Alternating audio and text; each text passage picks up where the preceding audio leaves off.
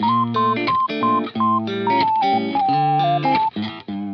siang, Bapak dosen dimanapun Bapak berada. Nama kami dari kelompok Devin Alvanius dengan anggota sebagai berikut, yakni saya, Devin Alvanius, Ahmad Firdaus, Sasa Kirana Wulandari, dan M. Ilham Juliansa akan mempresentasikan hasil penelitian mesin learning kami dengan tema atau judul yaitu faktor-faktor yang mempengaruhi dalam penyakit stroke. Nah, dalam penelitian kali ini kami menggunakan algoritma Random Forest Identifier, di mana dalam penelitian ini, machine learning algoritma ini, kami menggunakan dataset yang berasal dari CDC Amerika Serikat. Untuk materi penelitian kami, yaitu berjudul faktor-faktor yang mempengaruhi dalam mengakibatkan stroke. Nah, berikut adalah paper yang sudah kami buat berdasarkan penelitian yang sudah kami lakukan berdasarkan dataset yang telah kami dapatkan dari kaggle.com yang berasal dari CDC Amerika Serikat. Yang berasal dari BRFSS tahun 2015. Nah, ini dikerjakan oleh kami, Devin Alvanius, Sasa Kirana Wulandari, Ahmad Firdaus, dan M. Ilham Juliansa. Nah, jadi sebelum kami memulai lebih lanjut dalam penelitian ini, pertama kami mulai dari bagian abstrak dulu, yaitu stroke itu adalah salah satu bagian atau salah satu masalah kesehatan yang serius di dunia. Faktor risiko utama untuk stroke meliputi usia, ras, jenis kelamin, genetik, potensi diabetes, gaya hidup, kondisi medis lainnya, dan lingkungan. Nah, oleh karena faktor-faktor inilah yang menyebabkan kami tertarik untuk meneliti tentang apa sih yang faktor-faktor yang paling besar, yang paling mempengaruhi dalam mengakibatkan stroke. Nah, oleh karena itu kami mengambil dataset yang berasal dari CDC, di mana di dalam dataset tersebut terdapat 64.020 entry data, di mana adalah sebuah jumlah data yang lebih dari cukup untuk meneliti tentang hal ini menggunakan machine learning. Dan karena jumlahnya yang sangat besar, maka kami menggunakan algoritma Random Forest Identifier. Nah, untuk itu, di dalam penelitian kali ini, kami menggunakan dataset ini. Nah, dan di sini juga ditulis, hasil dari penelitian ini menunjukkan bahwa ada usia, jenis kelamin, hipertensi, diabetes, dan gaya hidup merupakan faktor risiko utama stroke. Nah, namun faktor risiko genetik dan lingkungan juga dapat mempengaruhi risiko stroke. Jadi dalam stroke ini sendiri, kaitannya luas ya, skopnya luas. Jadi untuk itu kami ingin mengetahui dengan tepat, dengan pasti, yang mana yang cocok, yang mana yang benar-benar mempengaruhi dalam mengakibatkan stroke. Nah, oleh karena itu, selanjutnya saya akan lanjutkan ke bagian pendahuluan. Bagian pendahuluan akan dijelaskan oleh Sasa Kirana Wulandari. Silakan Sasa. Stroke adalah suatu penyakit cerebrovaskular di mana terjadinya gangguan fungsi otak yang berhubungan dengan penyakit pembuluh darah yang mensuplai darah ke otak. Stroke terjadi karena terganggunya suplai darah ke otak yang dikarenakan pecahnya pembuluh darah atau dikarenakan tersumbatnya pembuluh darah. Stroke merupakan salah satu penyakit yang sangat membahayakan kesehatan karena dapat menyebabkan kerusakan permanen pada otak dan bahkan kematian. Gejala umum yang terjadi pada stroke yaitu wajah, tangan, atau kaki yang tiba-tiba kaku atau mati rasa dan lemah. Biasanya terjadi pada satu sisi tubuh. Gejala lainnya yaitu pusing, kesulitan untuk berbicara atau mengerti perkataan, kesulitan untuk melihat baik dengan satu mata maupun kedua mata, kesulitan jalan, kehilangan keseimbangan dan koordinasi, pingsan atau kehilangan kesadaran, dan sakit kepala yang berat dengan penyebab yang tidak diketahui. Itu pernyataan dari Dinata, Safrita, dan Sastri 2012. Oleh karena itu, riset tentang faktor-faktor yang mempengaruhi terjadinya stroke sangat penting untuk dilakukan. Beberapa faktor risiko yang dapat menyebabkan stroke antara lain hipertensi, diabetes, obesitas, merokok, konsumsi alkohol yang berlebihan, dan kurangnya aktivitas fisik. Riset ini dapat membantu dalam mengidentifikasi faktor-faktor risiko yang paling penting dan memberikan informasi yang berguna untuk mencegah dan mengobati stroke. Penelitian untuk mengidentifikasi faktor-faktor yang mempengaruhi risiko terjadinya stroke sangat penting untuk meningkatkan pencegahan dan perawatan. Penelitian juga telah menunjukkan bahwa faktor genetik dan ras juga dapat mempengaruhi risiko terjadinya stroke.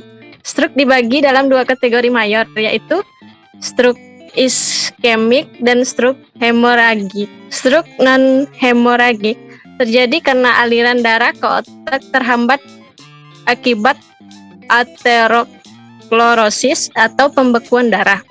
Sedangkan stroke hemoragik terjadi karena pecahnya pembuluh darah ke otak sehingga menyebabkan terhambat aliran darah ke otak. Darah merembes ke area otak dan merusaknya. Pernyataan dari Bati Caca Francisca 2011. Otak sangat bergantung pada oksigen dan tidak mempunyai cadangan oksigen. Penyakit stroke di Indonesia merupakan terbanyak dan menduduki urutan pertama di Asia. Jumlah kematian yang disebabkan oleh stroke menduduki urutan kedua pada usia di atas 60 tahun dan urutan kelima pada usia 15 sampai 59 tahun. Stroke tidak hanya menyerang masyarakat berkecukupan, tapi juga warga sosial ekonomi rendah. Di Indonesia, diperkirakan tiap tahun terjadi 500.000 penduduk terkena serangan stroke dan sekitar 25% atau 125.000 orang meninggal sedangkan sisanya mengalami kecacatan. Pernyataan dari Ratna 2011. Begitu banyak faktor yang dapat mempengaruhi kejadian stroke. Faktor risiko terjadinya stroke terbagi lagi menjadi faktor risiko yang dapat dirubah dan faktor risiko yang tidak dapat dirubah. Faktor risiko yang tidak dapat dirubah dan dikontrol pengaruhnya terhadap kejadian stroke. Di antaranya yaitu faktor keturunan, ras, umur, dan jenis kelamin. Sedangkan faktor risiko yang dapat dirubah yaitu hipertensi, penyakit kardiovaskular, diabetes mellitus, merokok, alkohol, peningkatan kolesterol, dan obesitas. Pernyataan dari Wijaya dan Putri 2013. Sebagian besar penderita stroke hemoragik kecenderungan akan mengalami gangguan mobilitas fisik. Pasien stroke dengan gangguan mobilisasi hanya berbaring saja tanpa mampu untuk mengubah posisi. Karena keterbatasan tersebut yang menyebabkan munculnya masalah keperawatan yaitu gangguan mobilitas fisik menurut Mubarok Indrawati dan Susanto 2015. Berdasarkan uraian di atas, maka peneliti mengangkat kasus stroke ini dikarenakan melihat dari penderita stroke yang mengalami peningkatan setiap tahunnya dan tergolong penyakit yang berisiko tinggi. Thank you, Sasa. Untuk bagian selanjutnya yaitu metode penelitian akan dijelaskan oleh Ahmad Firdaus. Silakan Ahmad. Yaitu metode penelitian. Tujuan dari paper ini adalah untuk menyelidiki model untuk mengetahui faktor dalam mempengaruhi stroke dengan akurasi yang lebih baik. Kami bereksperimen dengan klasifikasi dan algoritma random forest. Berikut ini kami membahas secara singkat apa saja yang meliputi proses penelitian tersebut, yaitu dataset. Dataset yang digunakan adalah dataset berdasarkan CDC, Center for Disease Control and Prevention, VRFSS, The Before Risk Factor Surveillance System 2015, yaitu atributnya 1. Sex, 2. Age, 3. High school, 4. Goal check, 5. BMI, 6. Smoker, 7. Heart disease, 8. Physical activity, 9. Fruits, 10. Veggies, 11. Have alcohol consumption, 12. Gain healthy, 13. Main healthy, 14. Physical healthy, 15. Default, 16. Stroke. Itu atributnya atau label. B. Data processing atau exploratory data analysis, EDA. Exploratory data analysis adalah kegiatan mengeksplorasi atau menjelajah dataset sebelum digunakan.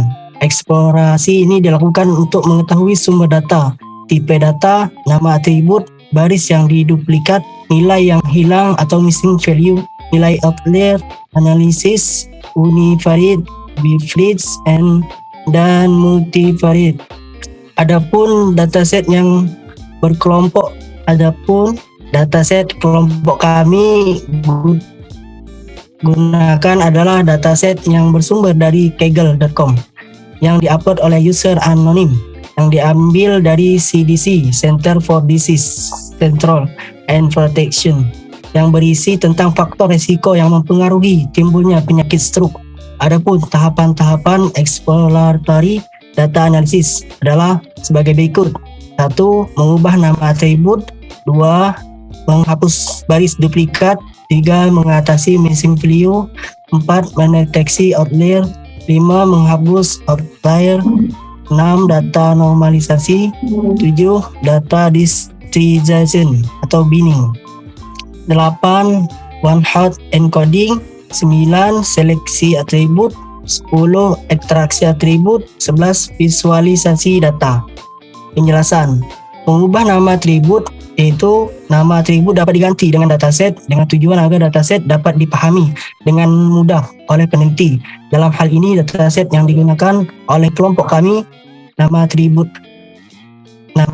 dataset yang digunakan tidak diubah karena sudah cukup jelas dan mudah dipahami oleh peneliti. Menghapus baris duplikat. Dalam mengumpulkan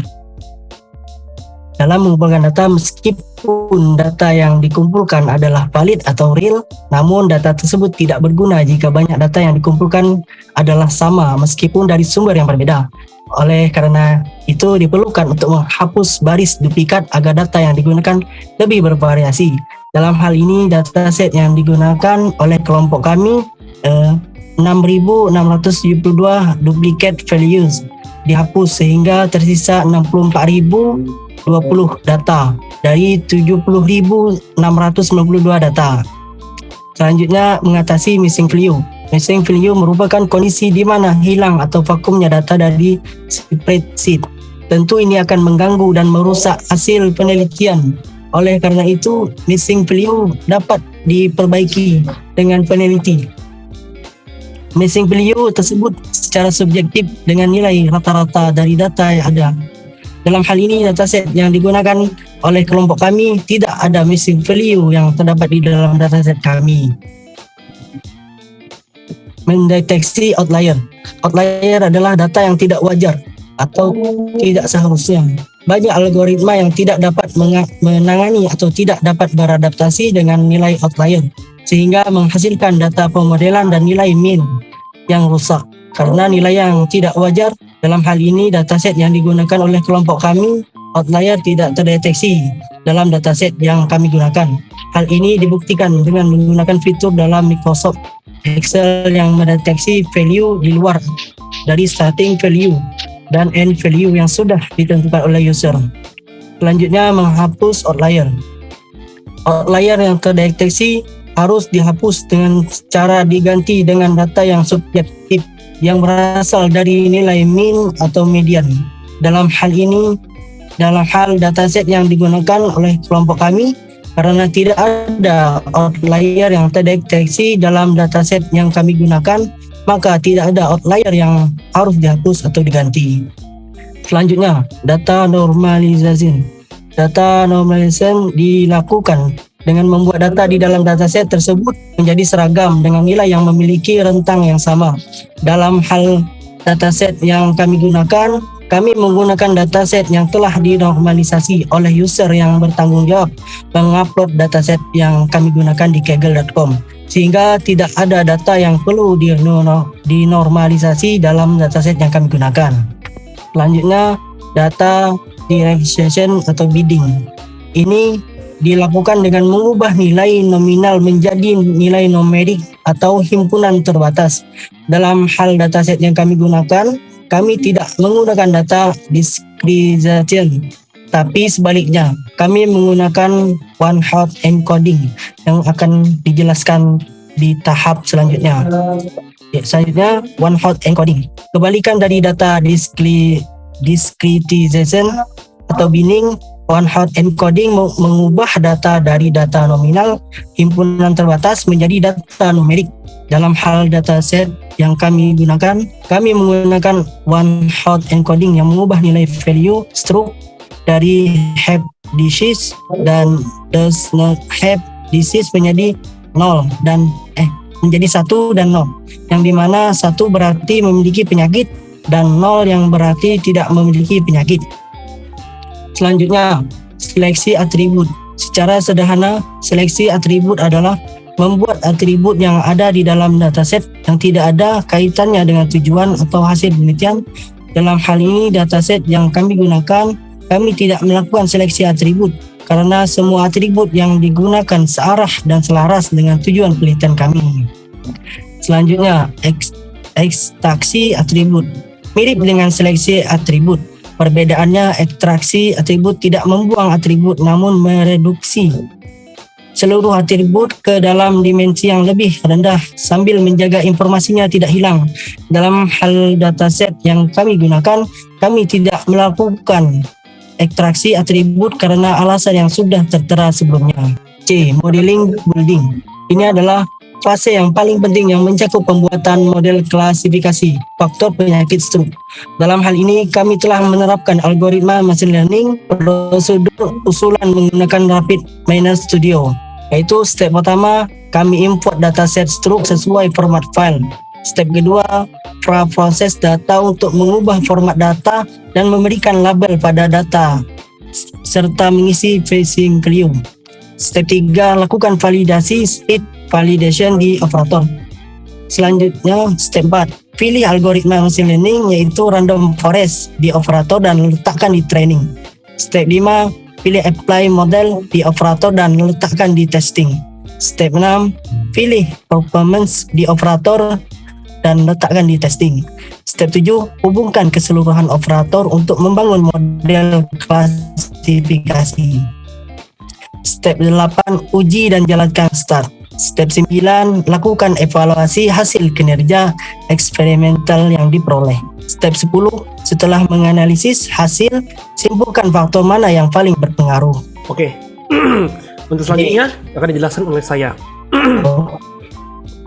Untuk bagian isu atau hasil, dalam pengajar ini langkah yang diambil dalam pendekatan yang diusulkan menggunakan metode algoritma random forest dan implementasikan menggunakan Rapid Miner Studio.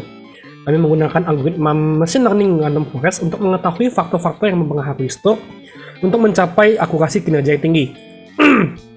Nah, untuk tabel pertama di sini ada tertulis dalam performance table.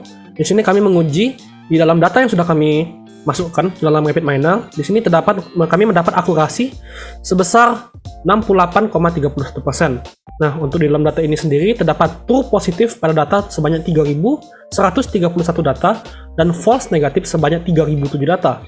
Dengan true negatif sebanyak 5.326 data dan false positif sebanyak 809 data.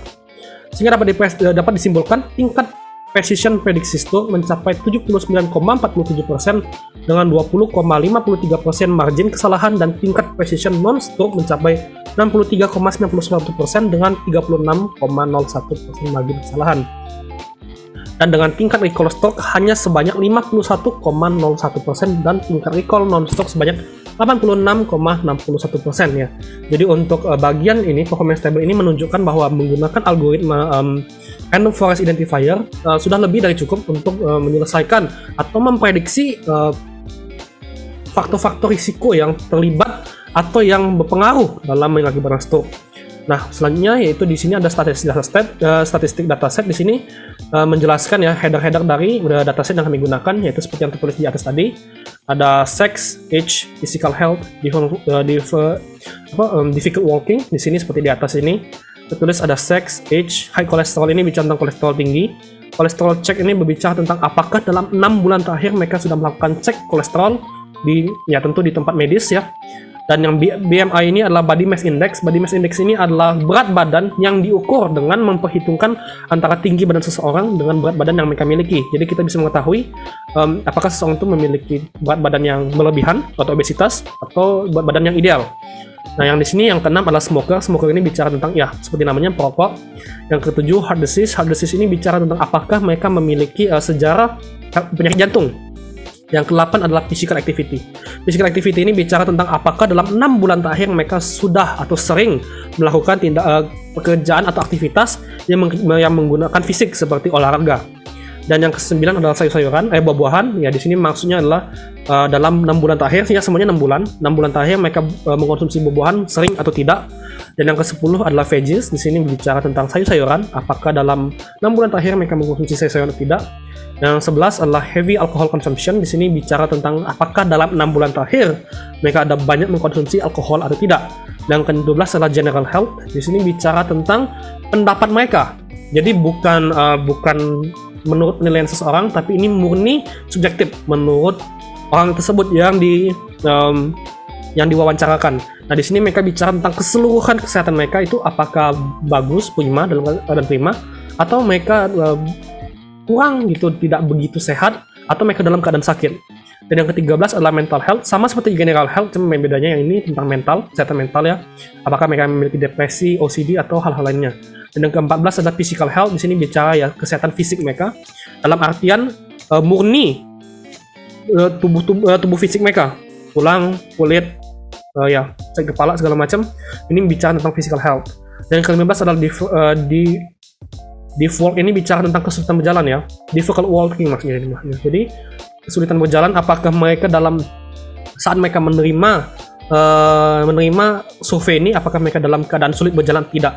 Dan yang ke-16 adalah stroke ya. Stroke ini seperti yang namanya ya, kita di sini bisa mengetahui apakah di sini kita mendapatkan hasil dari responden apakah mereka sedang mengalami stroke tidak berdasarkan data-data yang sudah mereka kumpulkan sebelumnya. Oke, selanjutnya Nah, jadi disinilah statistik dari statnya. Di sini tulis ya data-datanya. Nah, yang kemudian adalah data berikut adalah statistik yang terdapat dalam dataset yang kami gunakan. Nah, sayangnya untuk gambar yang ini yang kami gunakan saat ini, diagram random forest classifier, sayangnya datanya itu sangat besar, sangat lebar, benar-benar panjang. Jadi karena benar-benar panjang, karena dia menggunakan random forest, jadi benar-benar besar. Jadi gambarnya itu harus dipotong-potong sedemikian rupa, karena kalaupun kami paksakan untuk kami gabungin menggunakan Photoshop ya, jadi panjang, itu jadi benar-benar panjang. Itu kalau bisa tuh sampai 3 halaman. Jadi saya rasa tuh nggak mungkin yang kita posting gambar diagramnya itu sebesar tidak ke bawah. Itu saya kira nggak mungkin. Jadi saya potong dan saya masukin sedemikian rupa di sini. Jadi ini kita dilihat dari sebelah kiri. Ini kiri, ke kanan, kanan, dan dari sisi ini juga kanan. Pokoknya panjang. Kanan. Nah, jadi berdasarkan data diagram yang sudah kami buat untuk random forest algorithm ini, dan sudah kami lihat hasilnya berdasarkan perhitungan random forest classifier, dapat kita simpulkan beberapa hal. Yang pertama, wanita lebih cenderung terkena stroke dibandingkan pria. Ya, hal ini kami lihat dari data-data yang kami lihat di dalam prediksi random forest ya, wanita itu cenderung lebih mudah terkena stroke ketimbang pria. Dan yang kedua adalah tingkat gula darah dan body mass index sangat mempengaruhi dalam timbulnya penyakit stroke. Maksudnya di sini adalah ketika seseorang memiliki gula darah yang tinggi atau memiliki berat badan yang berlebih atau diabetes atau obesitas, itu mudah bagi mereka atau lebih rentan terkena penyakit stroke. Dan yang ketiga, pria lebih cenderung terkena penyakit stroke jika memiliki riwayat penyakit hipertensi dan berat badan yang tinggi. Nah, hanya ini salah satunya yang berkontradiksi dengan bagian pertama. Tapi jika memiliki riwayat penyakit hipertensi dan berat badan yang tinggi, artinya pria itu kalau mereka memiliki riwayat penyakit hipertensi, darah tinggi, dan berat badan yang cenderung obesitas ya, dalam hal ini mereka lebih rentan terkena stroke ketimbang wanita. Tapi selama dalam hal umum, wanita itu lebih rentan, bukan pria.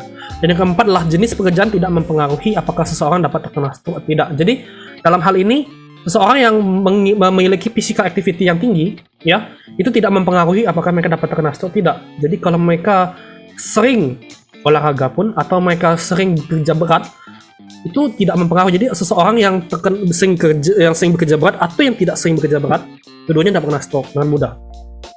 Dan yang kelima, umur yang sangat rentan terkena risiko penyakit stroke adalah di atas 93 tahun. Namun tidak menutup kemungkinan seseorang di bawah 93 tahun dapat terkena stroke, terutama jika seseorang tersebut memiliki riwayat penyakit hipertensi, gula darah yang tinggi, atau diabetes dan obesitas. Jadi orang yang sangat mudah terkena penyakit stroke adalah di atas 93 tahun. Tapi bukan berarti orang yang di bawah 93 tahun tidak rentan. Terutama jika orang tersebut memiliki riwayat penyakit atau faktor-faktor risiko, yaitu hipertensi, gula darah yang tinggi, atau diabetes dan obesitas. Dan yang keenam adalah kondisi fisik yang dirasakan seseorang tidak merefleksikan kesehatan mereka yang sesungguhnya. yang berarti seseorang dapat terkena stroke ketika seseorang sedang merasa sehat-sehat saja. Ya, jadi berdasarkan data yang kami dapat dari tentang general health tadi, mental health dan physical health, kebanyakan dari responden tersebut, mereka menyatakan bahwa mereka sedang dalam keadaan yang sehat-sehat saja. Gitu. Jadi, tetapi sistem menunjukkan ketika orang sedang merasa sehat-sehat saja, justru tetap ada kemungkinan bahwa mereka dapat terkena stroke gitu, meskipun mereka dalam kondisi yang segar gitu, dalam kondisi ya merasa fit gitu, termasuk anak muda gitu. Jadi hal itu menunjukkan bahwa orang-orang yang merasa sehat itu baik-baik saja, enggak, tapi orang tersebut juga masih masuk dalam skop atau kerentanannya dalam terkena penyakit stroke. Yang ketujuh, seseorang yang mengalami kesulitan berjalan lebih rentan terkena stroke ketimbang seseorang yang aktif dan mudah bergerak atau memiliki mobilitas tinggi. Ya, jadi orang yang sulit berjalan, orang yang tidak banyak bergerak ya dalam hal ini, tidak banyak bergerak ya karena mereka ya susah berjalan, ya mereka lebih rentan terkena stroke. Yang kedelapan, kondisi kesehatan mental seseorang mempengaruhi kerentanan seseorang terhadap stroke. Selanjutnya yang nomor 8 yaitu kondisi mental seseorang mempengaruhi kerentanan seseorang terhadap stroke. Dan di sini berarti seseorang yang berada dalam keadaan atau memiliki penyakit stres, depresi, atau obsessive compulsive disorder, itu adalah seseorang yang memiliki atau cenderung rentan memiliki atau terkena terhadap stroke. Nah, nomor 9 adalah seseorang yang kurang mengkonsumsi sayur-sayuran lebih rentan terkena stroke. Ya, jadi di sini bicara soal diet seseorang yang rutin atau lebih sering ya makan sayur-sayuran ketimbang seseorang yang tidak sering makan sayur-sayuran, itu orang yang kurang makan sayur-sayuran tersebut lebih rentan terkena stroke gitu. Jadi makanan itu memang mempengaruhi. Nah, yang ke-10, seseorang yang rutin mengonsumsi buah-buahan tetap rentan terkena stroke jika mereka dalam kesehatan mental yang buruk ya. Nah, untuk di hal ini saya juga agak sedikit berbeda dengan anggapan umumnya. Ya, jadi orang-orang yang sering mengonsumsi buah-buahan tapi mereka dalam kesehatan mental yang buruk ya, misalnya mereka sedang stres atau mereka sedang dalam keadaan depresi, tetap saja mereka lebih rentan terkena stroke. Jadi makanan itu tidak bisa membatalkan efek yang diberikan oleh kesehatan mental seseorang.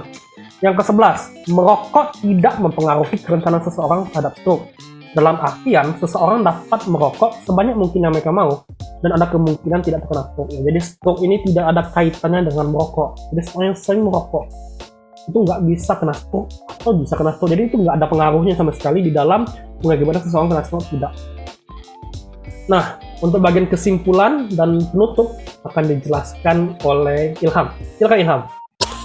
Oke, baik. Yang terakhir ada kesimpulan yang mana faktor resiko yang paling berpengaruh dalam memicu penyakit stroke adalah hipertensi, gula darah tinggi, dan obesitas. Dan berbeda dengan kepercayaan umum, merokok bukan faktor risiko terhadap stroke. Kondisi mental dan mobilitas seseorang adalah faktor yang sangat menentukan seseorang dapat terkena stroke atau tidak.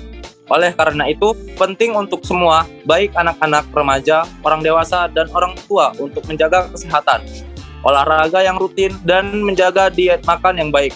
Karena penyakit stroke tidak dipengaruhi oleh usia seseorang. Dan yang terpenting, pandangan seseorang terhadap kesehatan mereka sendiri tidak merefleksikan kesehatan mereka yang sesungguhnya. Karena seseorang dapat merasa sehat di suatu hari dan terkena stroke di hari yang berikutnya. Dan yang terakhir yaitu penutup, tidak dapat dipungkiri, stroke adalah salah satu penyakit paling mematikan di dunia dengan tingkat moralitas yang cukup tinggi. Inilah alasan mengapa kami sebagai peneliti tertarik untuk meneliti tentang stroke. Karena diharapkan dapat membantu masyarakat dalam mengetahui dan mencegah penyakit stroke, serta menghindari faktor risiko yang menjadi pemicu penyakit stroke.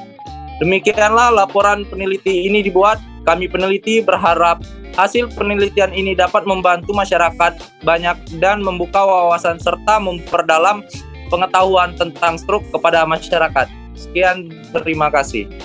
Baik, demikianlah presentasi kami tentang faktor-faktor penyakit, faktor-faktor risiko yang mempengaruhi dalam mengakibatkan stroke. Ya, jadi demikianlah presentasi kami sudah selesai. Ya, kami memohon maaf apabila ada kesalahan dalam kata-kata atau dalam tindakan. Ya, demikianlah presentasi kami. Terima kasih.